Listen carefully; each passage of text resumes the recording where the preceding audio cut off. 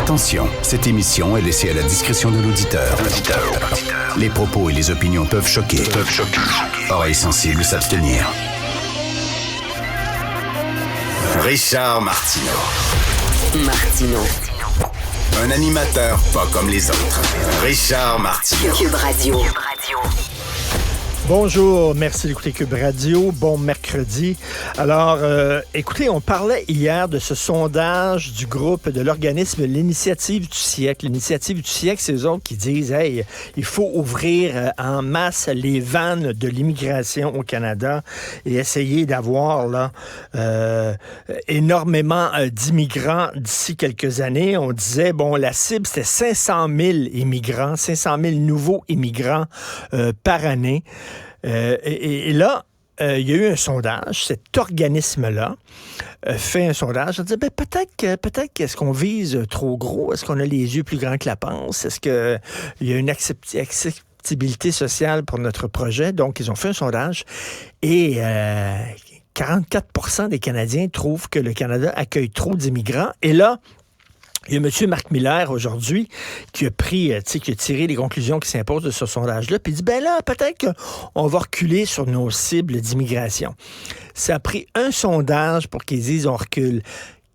Donc, tu sais, il n'y avait pas d'idée, là. Quelle était l'idée derrière ça? C'était quoi l'idée, là, de dire on va ouvrir les vannes de l'immigration, on va avoir plein de gens, alors qu'on est en pleine crise du logement, on a de la difficulté à loger les Canadiens qui sont ici, on va en accepter 500 000 par année, puis même l'an passé, c'était 1 million qu'on avait accepté.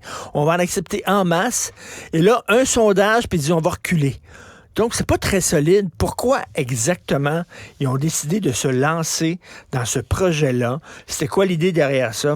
On n'en sait rien. Il a fallu que le vent tourne un petit peu pour que soudainement, ils disent, bon, laisse tomber, puis on passe à autre chose. Ça, c'est particulier. Page 25 du Journal de Montréal aujourd'hui. Une nouvelle qui est à la fois triste et rigolote.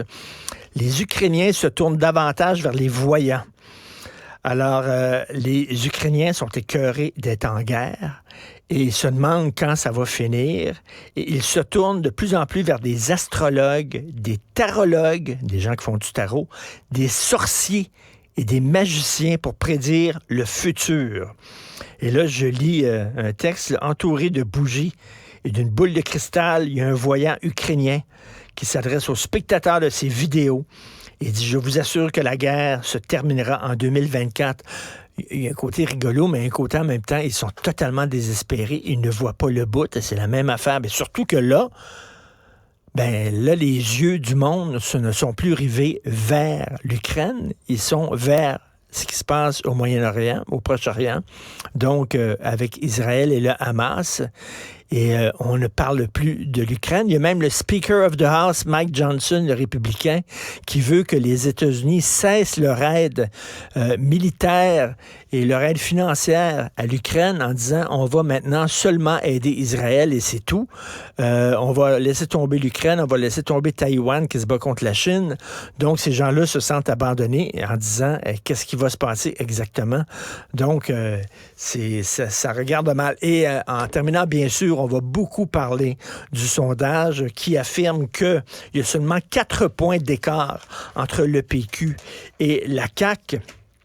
Ça, mais pour moi, la question la plus importante, c'est qui verriez-vous comme premier ministre? Et c'est PSPP qui arrive en premier avec 24% et François Legault à 23%. Donc, et vous savez que la CAQ, c'est quoi? La CAQ, c'est le parti d'un homme. La CAQ, ça n'existe pas vraiment. La CAQ, c'est François Legault. C'est lui. Il a toujours été plus important que son parti. Et là, il se retrouve moins important que son parti. C'est une très, très, très mauvaise nouvelle pour lui. Est-ce que ça va le pousser à tirer la plug et est-ce que la CAQ pourrait survivre à un départ éventuel de François Legault? Qui reprendrait ce parti-là en main? Bernard Drinville, je sais pas. Peut-être que le parti va se scinder en deux, c'est-à-dire que les rouges au sein du parti vont aller au sein du Parti libéral et les bleus vont retourner au bercail au sein du PQ. Et est-ce que le parti peut survivre au départ de François Legault? La question se pose.